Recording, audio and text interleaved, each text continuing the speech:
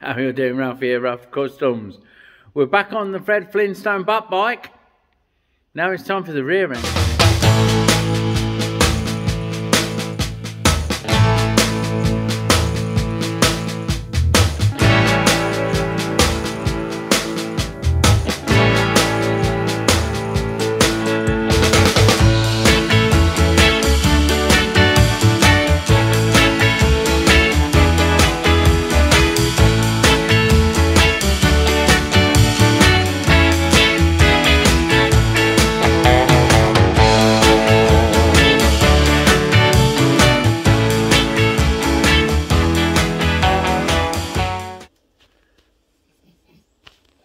Yeah. Come on then. Let's get your food. So we're back on decks. Let's get it in shot. We're back on this now. It's another month. So we're moving on to phase 2. You'll have seen I helicoiled the threads in the front there, the disc bolts and the riser bolts. If you follow me on the socials, you'll have seen me doing that. So what we're doing now, I'm going to rework the back of the frame because we've got all sorts of nasty shit going on here. Look, that's a hole. This brazing, which is either where something was or there's a hole. This has been hammered and bashed and fucked about with and all sorts of shit. So we're going to rework that. But also, the main thing, very first thing, job on the agenda is to fucking sort this swing arm and this hugely offset rear sprocket out. Now, I am going to probably remanufacture this side and I'm going to make something up this end that takes bearings because there's no bearings in it, and we'll fix the tubing because that's not fixed. This isn't fixed.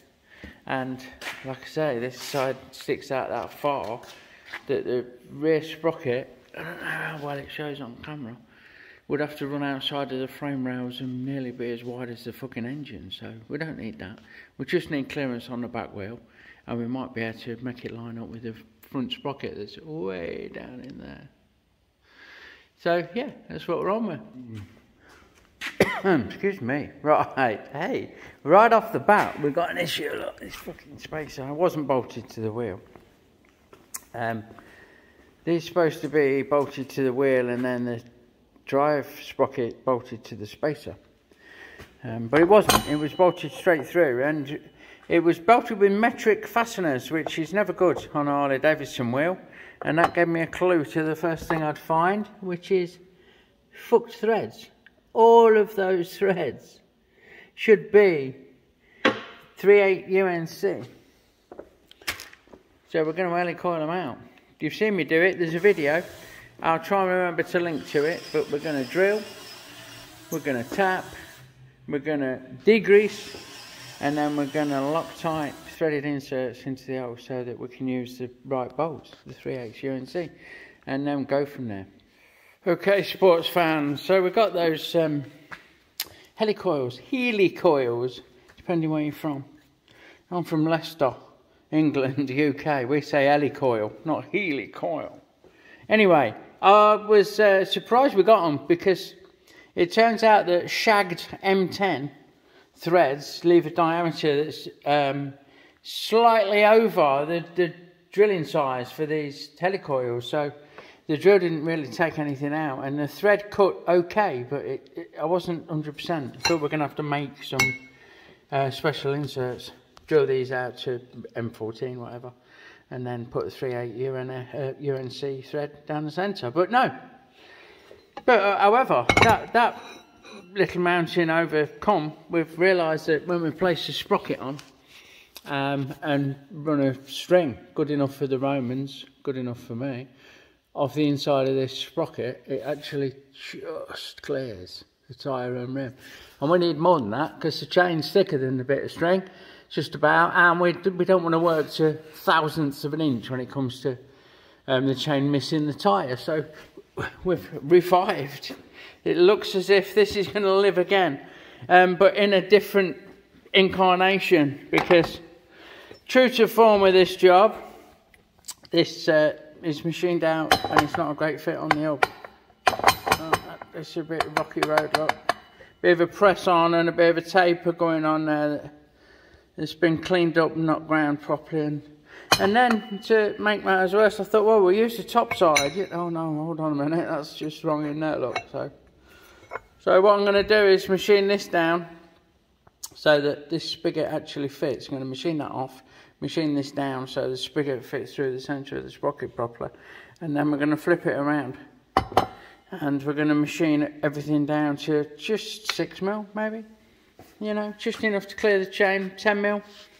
It don't really matter because we're going to make everything to suit this. So there you go. We're over to the big lathe because the little lathe is going to struggle to hold that. So because I've not got any outside jaws, and this is big, not big, but it's too big to hold on the outside with these internal jaws, if that makes sense. What I've got to do is machine a relief into this. I'm going to clean this up so it's the right diameter for the wheel, but it'll be a little bit too deep. And then I'm going to clean this face, I'm going to clean this outside diameter up, and then we're going to flip it and hold it on the inside of the one that I'm machining now and machine it how we like. One of the reasons for that is it's got nasty threaded holes in from this way, on this face, and they're all a bit shitty, and I'm hoping they machine out.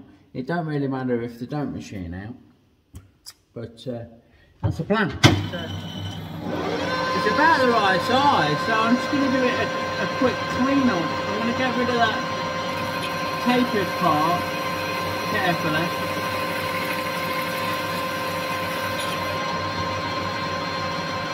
And work my way out to the diameter. It's there we go. It's just catching a little bit now because it's not round. And all I'm going to do really is clean that up. And then check that it sits over the wheel okay. It's just to give us a good fit on the wheel and something to hold while we're machining the adapter out of it, really, so and we can go a bit deeper than we want to, because deeper than we need, because we're going to end up machining this down. Anyway, there you go. So that's that.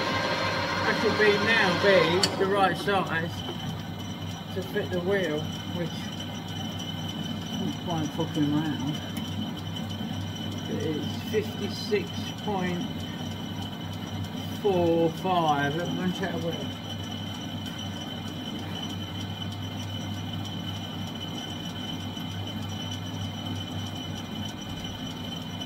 Yeah, that's fine actually. I might just take a little skim off. Just another little skim. I mean just teeny weeny tiny. A little clean up path.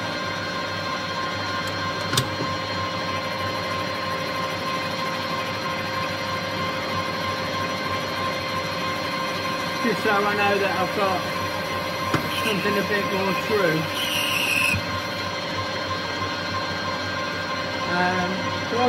So sorted. Now we can face that off, clean that off, and go from there. Just going to take a little clean up pass onto this. Just need to check that my tool holder doesn't hit the job as it works its way in. I might have to offset my tool a little bit more than I have. But we're okay so far.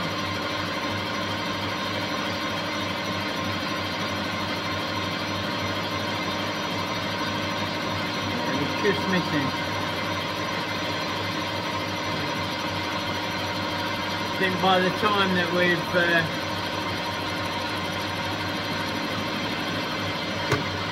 just gone in a little bit further, I'm just going to reverse my feet. gone in a little bit further and then cleaned it out, it'll be fine. We'll be cooking on gas. Give that empty clean up. Oh, that's it. Get all the new fuel in there.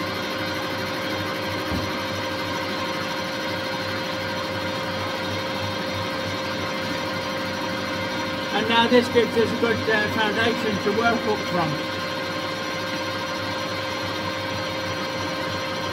Now if it's clearance, if my tool will move out far enough, I'm going to take a pass along the diameter shortly.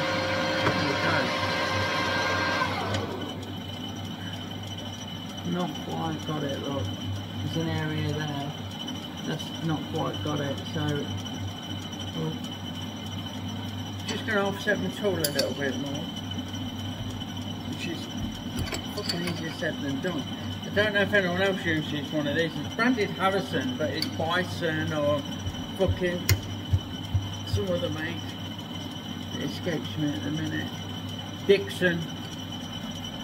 Self-tightening. I'll just tweak it and I'll come back a few days later after working on the job and I can't fucking undo it for love nor money. I have to squat the fucking spanner with a mallet. I need to do my feet again. Bear with. There we go. Now this will feed back, this will feed in again, so and touch on. Move that away. Just a fuck all. Just a fuck all. And then take the cut. Just to clean this up.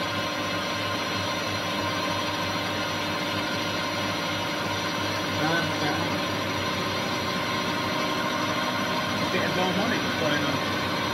Not sure what that's all about. It's interrupted cut going over the bolt holes. So I can feel it.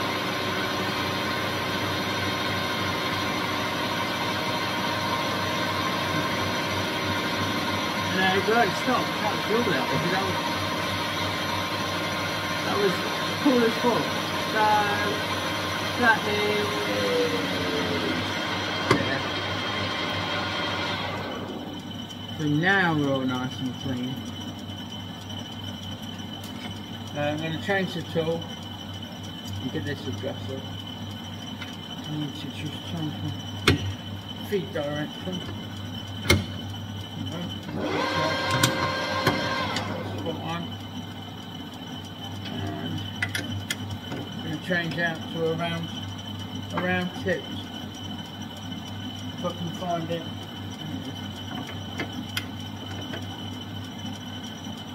A round tipped tool. I'm hoping that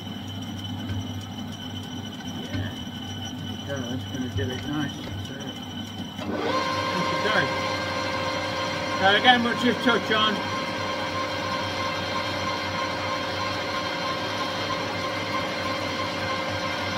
Give that a wee cut. Just to make it nice and pretty.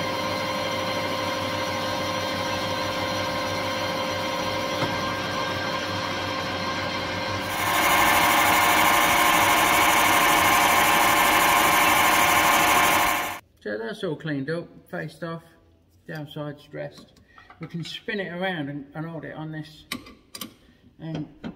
surface. Let's just wind this in enough to grip that machine surface.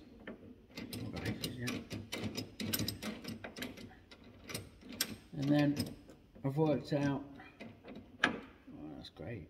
That's fucking lovely, isn't it? Proper got it. Proper got it, that does. Let's just see how true it is. Fucking true. Right, so we proper got it. Well, what we'll do is, I know we want to end up with a piece that's 10mm, and then it's got a 5mm spigot at a size, but we've made this nearly 9mm too deep, the pocket that we're gripping it with, so we're going to face that off eventually. So I know I'll make this 19mm, and then we're going to trim off 8.8, and that'll do us nicely. Or I'll make it 18.8. So there's lots of material to come off this now. I'm debating whether to try and cut it or something, but I'm not going to get in with a parting tool. I could bore the outside and then part it off. That'd save a little bit of fucking about. I might do that. I might not. I'm not sure actually. We'll see. We'll see what's what. That is a very tempting proposition actually. That was mank. Ah. So we could take that. We know that we need 19, 15, so it's 18.8. Yeah, we can do the maths, we can work out what we need to make this. We can mark it, can't we? So we know that we've got a 10mm bit, but that's going to be 8mm over, so that's 18, which is there. And then we need a 5mm bit off that, which would be 23, which we'll call there. So we could machine the inside and then part off this outside, rather than machining it all down. Basically, we've got to cut this in half. I can't grip it in the bandsaw, I don't think, and cut it in half. So I might machine the inside out and then go in with the parting blade, rather than just machining away and turning all this into shavings, which would be a real shame. Let me have a think on. We'll make a brew and have a look. Bear with. Okay, so I've decided to Heath Robinson with the bandsaw and do 2 or 3 cuts working around, because obviously the big C-clamp that I'll put on there is going to get in the way of the blade before it's cut through the job. But I can turn it a couple of times, and that'll save no end of waste and no end of fucking about on the lathe.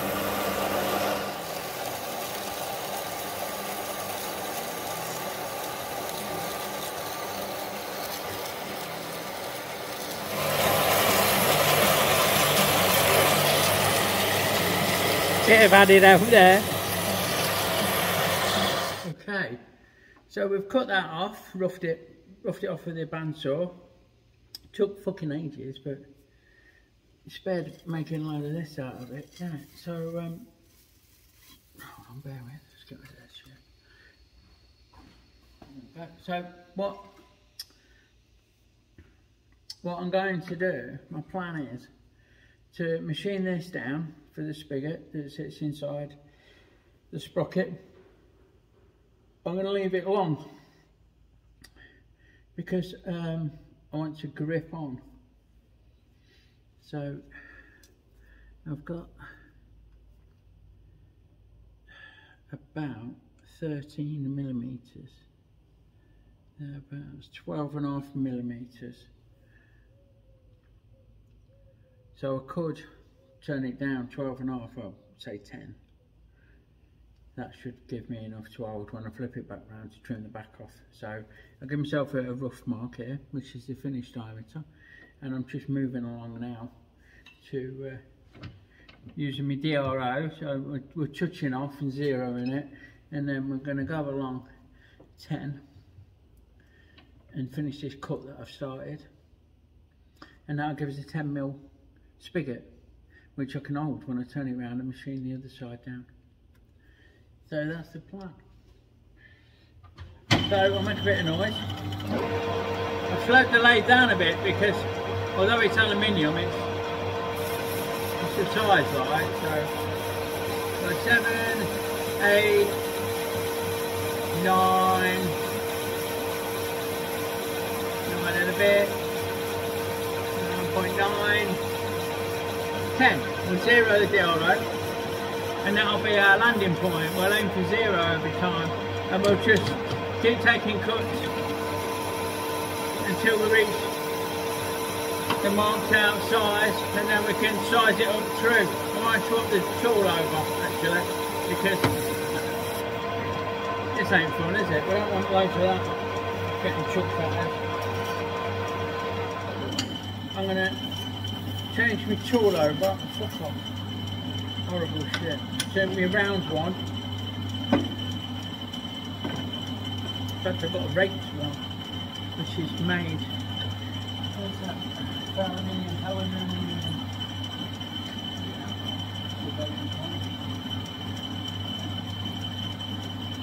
This one's more suited.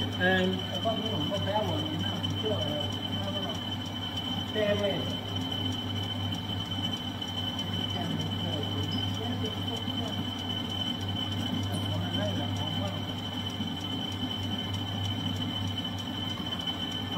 I was thinking of this one. I'm thinking I was thinking of this one, which is not ideal, but that one should do nicely. So I'm going to change the tool over. Bear with.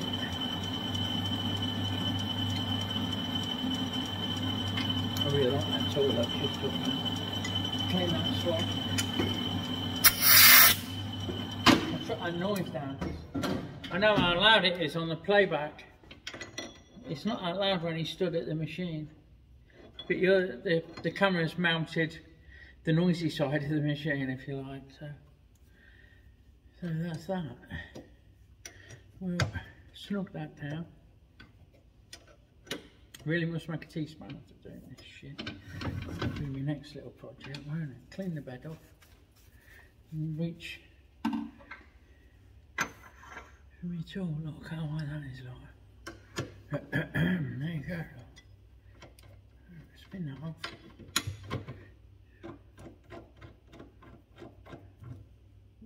Up a bit.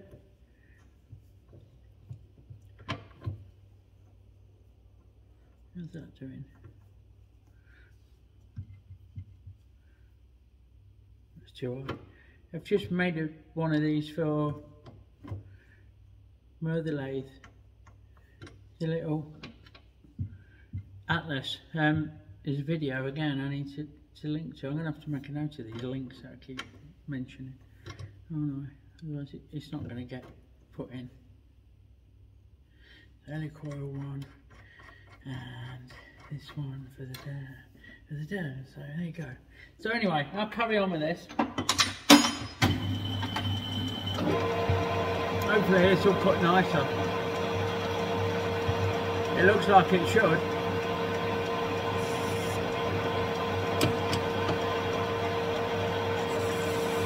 There we go, getting curly whirlies now instead of big stringies. So I'll carry on with this. And you can join me when I'm nearer to the size. Okay guys. And I say guys because I've checked my stats. I know the demographic. We're all guys. There might be one chick. How you doing, lady? I can see you out there watching me. Hope you're enjoying it. So what we've done is we've machined it down, obviously. Get rid of this shit. So we took this down. We've got enough meat here to mount the sprocket on and to hold it when we spin it round to machine this to size, because it's too big. It's like 8.8mm too big. Yes. So we'll sort that out. But all we need to do now is get this down to the right size, which is 51.7 according to my measurements. So we're on 53.40 in the calculator. 53.40 minus 51.7 equals, we need to take 1.7 millimeters off, and we can use the DRO. That's going to give us a 1.7 millimeters, and we'll move in half a mil. Take a little cut.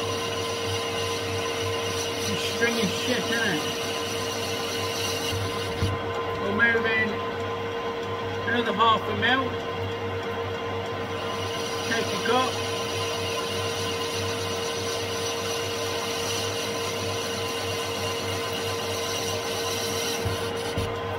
And we'll move in another half a mil. So that's 1.5 mil we've taken off it. And then we'll have a sanity check.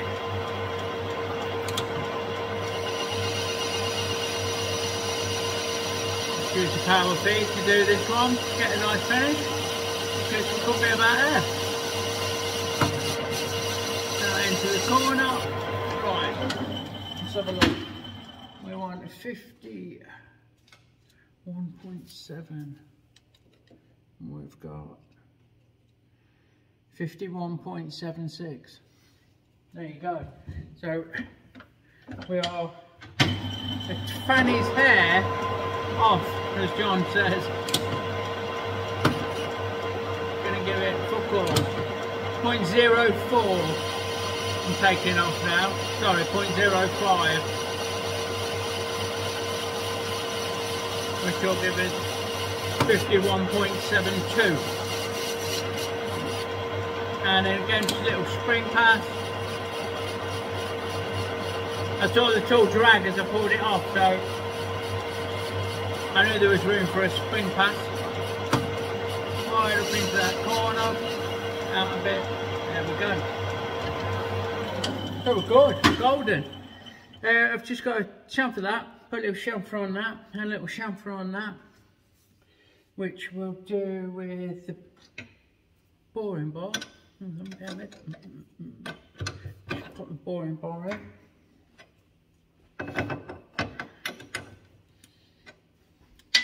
We'll use a compound slide just to knock that corner off.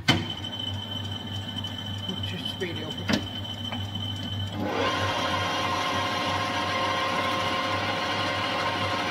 You just want to touch that corner off. Maybe a little bit more. There you go. Break that edge with a file. Same with that one.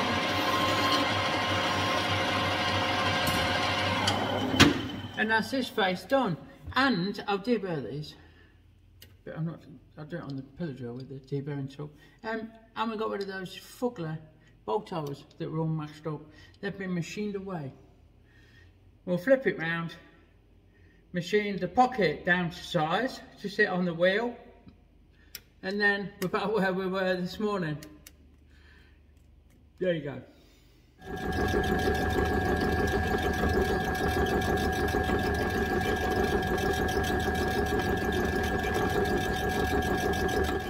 So there we have it in situ.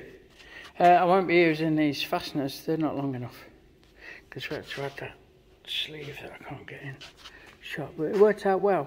The eagle-eyed amongst you might notice this slip ring that I've added. You might think that I made a mistake with this large diameter, with the diameter of this, but I wanted to snug it up a bit.